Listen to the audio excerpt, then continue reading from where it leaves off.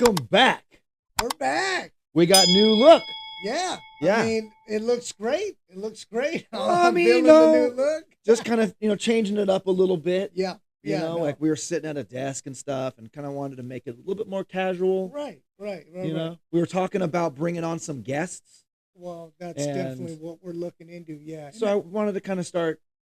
Well, we're getting getting that. we're getting momentum now. And this is what, number 17. 17. So we thought, okay, right after the 15, 16, 17, we up the look. Change it around a little bit. Yeah. Hopefully these the viewers. Yeah, viewers. Okay. Yeah. Hopefully you guys like it. So, Yeah. Hopefully you like the new setup. Right. Just trying to keep things more casual, Right. Share valuable information with you. Yeah. Today's topic is a little different. It's not actually directed to you and me and other real estate agents that want to work probates. Mm-hmm. It's actually information designed for an administrator or an executor, Right. how they can avoid the biggest mistakes and common pitfalls that come up and how to prevent those things from happening, getting into probate, starting probate along the way of the probate process. But for you and I and all of you out there, Yeah. this is good information for you to understand, because if you can understand how to help an executor or an administrator avoid these mistakes and pitfalls, Right. that's just going to increase your stock and you're going to add more value to them, and they're going to rely on you as the advisor, as the confidant moving forward. And when it comes time to hire an agent, they're going to hire you. Well, I think as you always, or we always keep advising, you really want to demonstrate your value to the estate just by talking. There you There go. we go, a little Yeah. better. Just Yeah. by talking you know what you're talking about, because everything you're explaining to them, like you've always said, their attorneys already pretty much told them everything. So when you come in and explain everything in detail, you've already demonstrated your value. Exactly. And I've said that before, Right. excuse me, that the reasons why Ray and I say certain things when we talk to a prospect, it's not necessarily like, for example, if we're talking about the purpose of their upcoming hearing date, Right. when they get approved, when Mhm. they receive their certified letters. Right. When we explain that process to them, Mhm. and we explain what the certified letters do, what powers it gives them, why it's important, Mhm. we already know 9 times out of 10, their attorneys explain this to them. Yes. We're simply explaining it not to re-educate them, really, Mhm. but to demonstrate that we know what we're talking about, Right. because they've already heard it from their attorney. So Right. in their mind, they're like, well, Ray's telling me all this. My attorney already told me all this. Well, at least he knows what he's talking about. Right. You're talking about the process that the executive, the administrator is going to go through, the step by step, not even talking about selling the home. Hey, I'm the best agent. You want to sell your home like you would, like if you're calling expireds or for sale by owners, it's different calls. So you're demonstrating, hey, step by step, certified letters, your upcoming hearing. This is what you're going to receive. This is what it means. So by going through this, what are some of the common mistakes that the executive administrators can make? Well, this topic predominantly is geared towards pre-probate, before they've even started the probate process, so they haven't even spoken to an attorney yet, Mm-hmm. or pro-per Right. prospects. Pro-per, again, you should know this by watching our podcast. It just means they've started the probate process. They did not hire legal counsel. There's no attorney. Right. They're doing probate by themselves. Right. So the most common mistake is just simply not filing the documents correctly or filing them on time.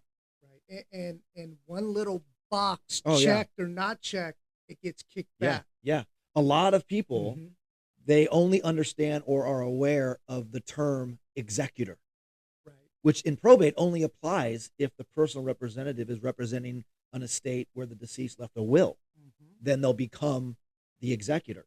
Right. They don't. You have to explain to them sometimes, if they don't have an attorney, that you're the administrator and here's why. Right. Well, see, a lot of people think, oh, I had a will, I'm good. So it's I don't need probate. right. And that's why you come in and explain all that. Yeah. Will does not circumvent Mhm. probate. Only a trust does. Mhm. But getting back to that example, a pro per client Mhm. who assumes they're the executor, even though the deceased passed away intestate, which means without a will, Mhm. on their petition, and we see this all the time, they'll check the box for executor. Mhm. So what that's telling the court is when the PR, the personal representative, has their hearing date to be approved, Mhm. they are filing to be approved as the executor. Mhm. Well, when they get to court, they're going to have a rude awakening because just by checking that one little box that says executor, Mhm. well, the court's going to need to see a will that's been filed in that probate file. Right. And if they don't, and they don't see a will, but they see the box was checked for executor, just because that one little box was Yep. checked incorrectly, it's going to get kicked out. It's not going the PR Right. is not going to be approved, and Right. they're going to have to wait another 30 days or so to have another hearing just to fix that one little box. See, and a lot of people think, "Oh, I made a mistake. Can we just change it?" They Yeah, don't do that. they don't do it. You're just going through the list, and you get kicked out, and you got to wait 30 days Or or more. more, or Yeah, it's more. usually not Yep. less than 30 Yep. days. So things like that. Mhm. They will. A lot of the other examples that would come up that are most common Mm. is not hitting publication dates. So Good, once you good file point. probate, you have to publish it in Yep. one of the local county publications, Yep. a notice of probate, Yep. and you have to do that within 15 days of the hearing date. Right. It's And all timelines. it's You all got to timelines. understand this. Yeah, and if Mhm. if maybe all the paperwork is correct, Mhm. but maybe they filed the publication on the 16th day or something like that, Yep. that's going to get a continuance and it's going to get kicked out. Yep. So those are really the most common things. And then another one would be not necessarily contacting or trying to get in contact with all of the heirs to give them notice. Right. Good point. They might just Good simply say, point. "Oh, I don't know where cousin Sue lives or how to get a hold of her," Mhm. and they just don't document. Or they don't assume they need to be notified. Well, that's the cousin, that's so and so. But in probate, all the heirs need to be notified. Yeah, It, especially if there's no will. right. Yeah, if there's Hmm. a will, the will is going to dictate Spell it all out. who's involved Yep. in any inheritance. If there's no will, then they really have to find everybody. Hmm. And for those that they can't find, they have to be able to provide documentation that at least they made all the attempts Yes. to locate that person. Right. So those are really the most common mistakes. And when you're speaking to a pro per client or a Mhm. pre-probate prospect, that's what you want to talk about. You want to talk about not everybody has done this. You know, Mhm. maybe once in their lifetime they've done this. Mhm. Most people have never done this in their lifetime. Right. And taking on the probate file themselves, that's no Mhm. easy task. Right. Yep. So it's best that they have someone in their corner Hmm. who knows how to fill out the paperwork correctly, can Right. at least double check their work Right. before they file it and say, Yeah. "Oh, hey, look, you checked executor, you should be the administrator," Right. right? Or you checked limited authority, you actually want full authority. Right. And here's why you want full authority. And just so you Mhm. know, the difference between limited authority and full authority, we've talked about this. We did a whole episode on this. Right. But just to recap, limited authority comes with court supervision. Hmm. The court has to approve the sale of the property. Yep. Full authority, very limited court supervision, Hmm. if any, and the court does not have to approve a sale. Right. So you just want to be able to help them get out in front of making these common mistakes the Yep. best that you can, Hmm. and then just stay on top of the timelines. Make sure you let them know that, okay, now we got all the paperwork filled out correctly. Hmm. We got to look at the timeline. When is your hearing date? Oh, your hearing date is XYZ. Okay, well, we got to make sure we get this publication in now because it's got to be published and it's got to run like 4 times Yes. before your hearing date, 15 days before your hearing date. Well, see that right there. A lot of them, they don't even know that, Yeah. right? And so just by explaining that right there sets you apart. Yeah. Yeah. So And great insight. another real big mistake Mhm. that this necessarily is not going to cause them like a continuance or anything like this. It just Mhm. is going to cause problems on the real estate side. Mhm. Is I see this all the time where an estate, even if they have legal representation, Mhm.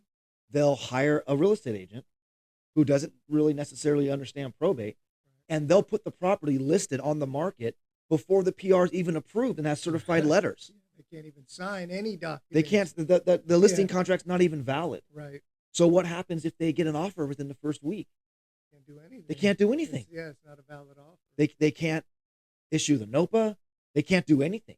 And Well, and it could potentially cause liquidated damages absolutely. from the buyer. Yeah. Hey, I'm What in if they're contract. I what if want they this lose done. their loan rate and they Right. got to come up with more money? Who are Yeah. they going to go after?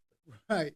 And that's, Ray and I, number Mhm. one, we never list a property until we have legal authority with the client to do so. Certified letters. Certified We have letters. that. Yep. Exactly. And then what we also do is we have a very specific addendum that is exclusive to us. We Mhm. teach agents that are learning from us how to do this, Right. but we have a very special addendum that will bulletproof the estate from any of those liquidated damages that you were talking about. Right. Protects them, insulates them perfectly. Mhm. And when we have a ratified contract and we send it to the attorneys, if we've never worked with this attorney before, they really like seeing that. Yeah. Anything extra that protects their client, They love. they love it. They're on board. Right. Like, hey, I've even received messages like, hey, great job on that addendum. Yeah. So, and that's something that we can teach you how to do as well. Mhm. But the other thing is you see estates, they'll mismanage assets Mhm. before they receive the legal authority, which are those certified letters. Yep. They'll start removing stuff from the house and, oh, I love this thing that my grandmother had. I'm going to take it Mhm. with me. Mhm. No, no, no, no, no. Right. You can't remove anything from the property yet. Right. Not until you receive certified letters. Then when you have your certified letters, Then- you, your siblings, you guys can go into the property and now you can start taking things of sentimental value. Yes. And as long as they have your approval, you're good to go. Yeah. But Protects them. But up until then though, Yeah. leave it. Don't Yeah. touch it. Leave it Right. alone. Right. So those are just a few bullet points that you're going to be able to take away from this Mhm. quick little podcast and apply it to your prospecting. And one of the last ones that we should mention are the tax implications. Oh yeah. Because what you're going to come to find, Mhm. and Ray and I have dealt with this on several occasions, Mhm. is we'll be talking with an estate and they say, yeah, I plan on selling the property, but I'm going to wait until after probate's over and transfer the property into my name. And then I'm going to sell it. So I don't have to deal with selling it through Mhm. probate. Yeah. That right there is a good one if they are even considering that to explain, which you'll hear in a second, why, if they are going to sell it, why they should do it during probate. Well, yeah, because it's going to be sold in the estate's name. The Right. estate, upon the date of death, received a step up in tax basis. So, for example, right? So, if grandma bought it for $100,000, right? She passed away 6 months ago, and the values were $500,000. Now that step up basis is now at 500. So anything sold above 500 means what the tax implications. Now, if they wait, And those tax implications fall on the estate. right, but if they sell it after, It falls on the individual's personal income. They get so they get taxed based on as it being part of their income. yes, but they'll get taxed on based on as it was bought in 85 or 100,000, Well, right above, the estate will still receive that step up in basis. right. It's just when those taxes have to be paid. Is it through the estate tax law, which that's how it would follow in probate, or is it going to be based upon like The- personal income? Right, exactly, taxes. and they definitely What don't- bracket are they in? right. There are exemptions and things like that. Yeah. You can be exempt up there. I think it's 250,000 per person. Yeah, Right. or married 500. Married 500, Mhm. but still, it's always better to sell it during probate because of that.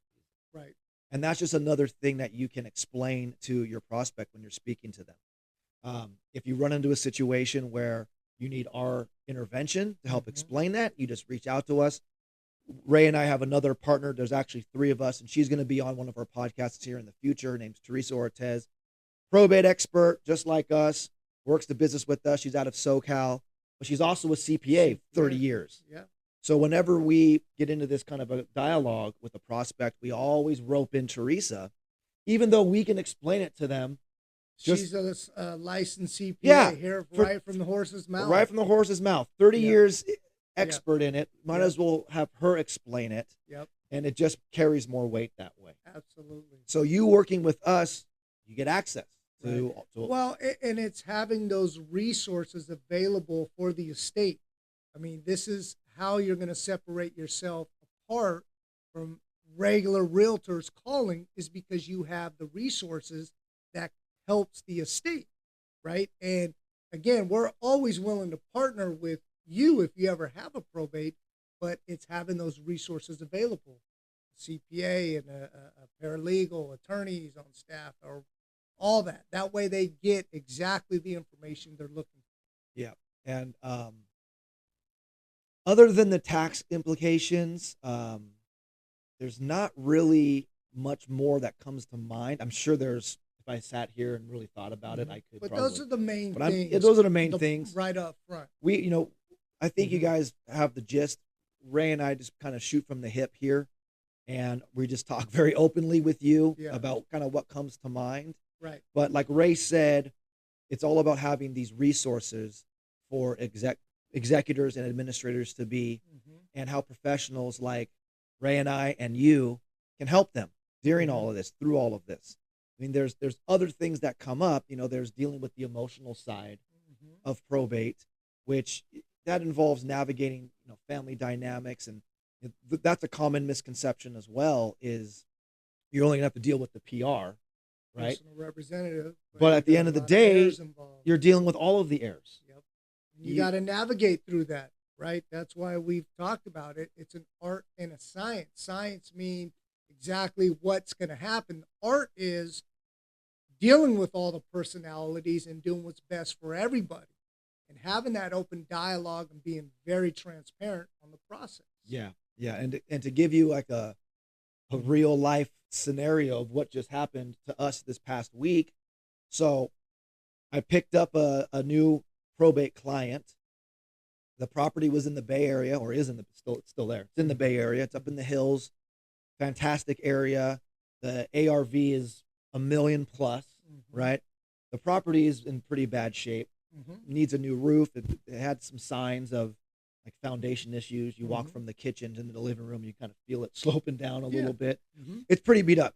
I brought a contractor through it with to go walk through it with me, and he estimated $200,000 to $250,000 in work just from eyeballing it. That's before even looking at what the reports would say. So it's going to be a lot of money money. And just to kind of highlight another fact, a little factoid about this property in this specific area in the Bay Area, 9 out of 10 times you have to tent the property for termites. Yeah. It's just a kind of a common thing when properties are in this type of condition. So you got to add that on top of it. So talking to my client, I did what we do, presented all the options. Okay. For him, he lives far away, 4 hours away, and he's already had to come back and forth a few times. And I explained to him, what he would be taking on if we go on the market as is, which would bring a higher sales price. Right. But it's going to involve him coming down multiple times. There's like the money involved to get there's 6 vehicles there that need to be removed, and there's 2 other vehicles in the garage that need to be removed. Tons of stuff in the house. It's a huge trash out, junk removal kind of a situation. It's a 3-story house. Yep. Right. And it's full of stuff. I mean, there's scaffolding in the bottom basement, like it's a in-law unit downstairs, right? With another full kitchen. It has 3 kitchens in this house. Right. It's a big property. So just explaining all the time that he's going to have to invest into it, the extra cost of removing everything and trashing it out, and the uncertainty of what the repairs are going to be on top of what my contractor already eyeballed. Yep. He did understand that, we can get a higher sales price if we were to go onto the market, but then you deduct sales commissions, fees, the gas time, cleanup, all this stuff. He was like, it actually feels better to just sell it to one of your investors as is, all cash, and just be done with it. Right. And I showed him the difference on what his estimated seller net sheet would be. And it wasn't that big of a difference for him to where he felt like it would be advantageous to put it on the market. Right. He just wanted to be done with it. And the only other heir that were involved at this time were his 2 other brothers. And they felt they agreed with whatever he wanted to do. They live in different states. Right. Right. Here's what happened. Here's the caveat. So the deceased has 2 children who have been estranged from the family for over 40 years. Haven't even been around, haven't talked to anybody, never talked to their dad, nothing. Right. Well, when we started the probate process and we found these people, they were obviously given notice that probate had started. Well, what happens when Money gets involved. Money makes people funny. Right. And I mean, they were going to get their inheritance Right. regardless. It wasn't Mhm. like they were getting cut out of it. They were Mm. still going to receive their inheritance. Right. But one of the children hired an attorney, contacted my client and said, "We're taking it over. We're gonna contest your petition, blah blah blah blah blah."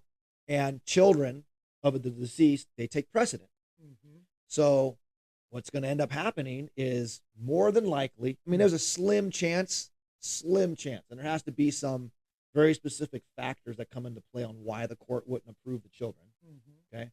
But more than likely, the court's going to appoint the children Mhm. to manage the estate, which means the brother, my client, is going to get dropped off, and the children are going to split all the assets 50-50.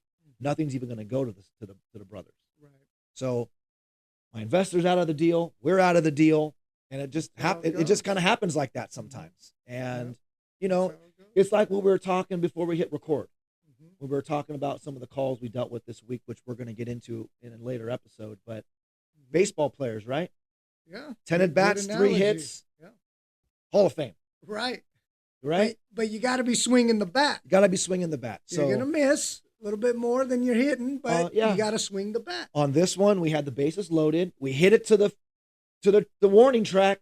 It was And going out. That center fielder just jumped up and snagged it over the fence. Yeah. And we hit the ball with a fly That out. is what it is. But it is what it This is. is part of the deal, Yeah. and we presented all offers, but that's how it goes sometimes. Sometimes these things happen, and this is part of this niche, Yep. what you're going to be dealing with. You just have to be able to understand that, Mm-hmm. pick yourself back Shake up. it off. Don't let losing a deal cause you any stress or worry.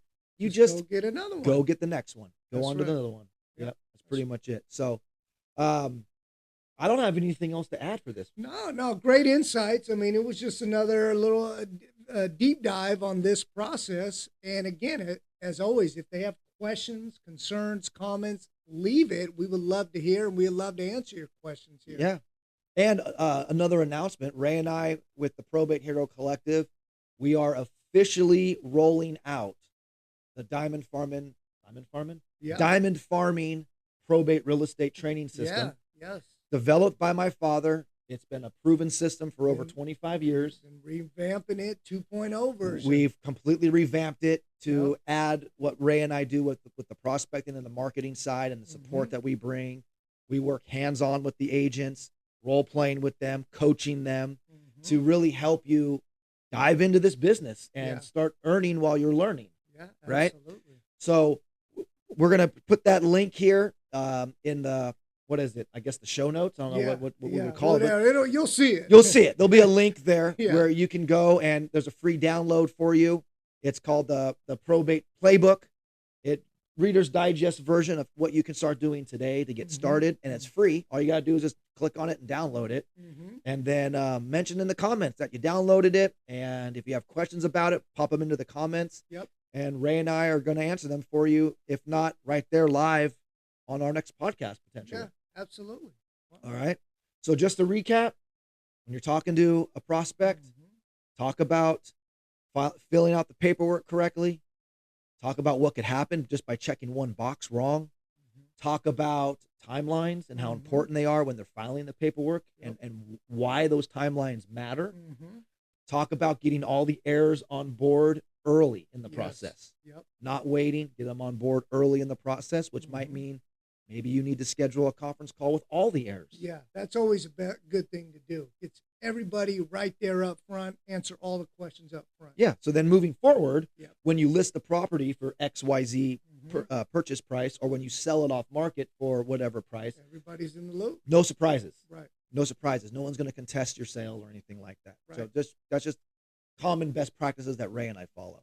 Yep. So again, share your comments with us, questions, concerns, anything that you'd like to have us discuss on this podcast. We're here to help you. Absolutely. Well, and I think we're going to start mentioning this on most of our episodes. Okay.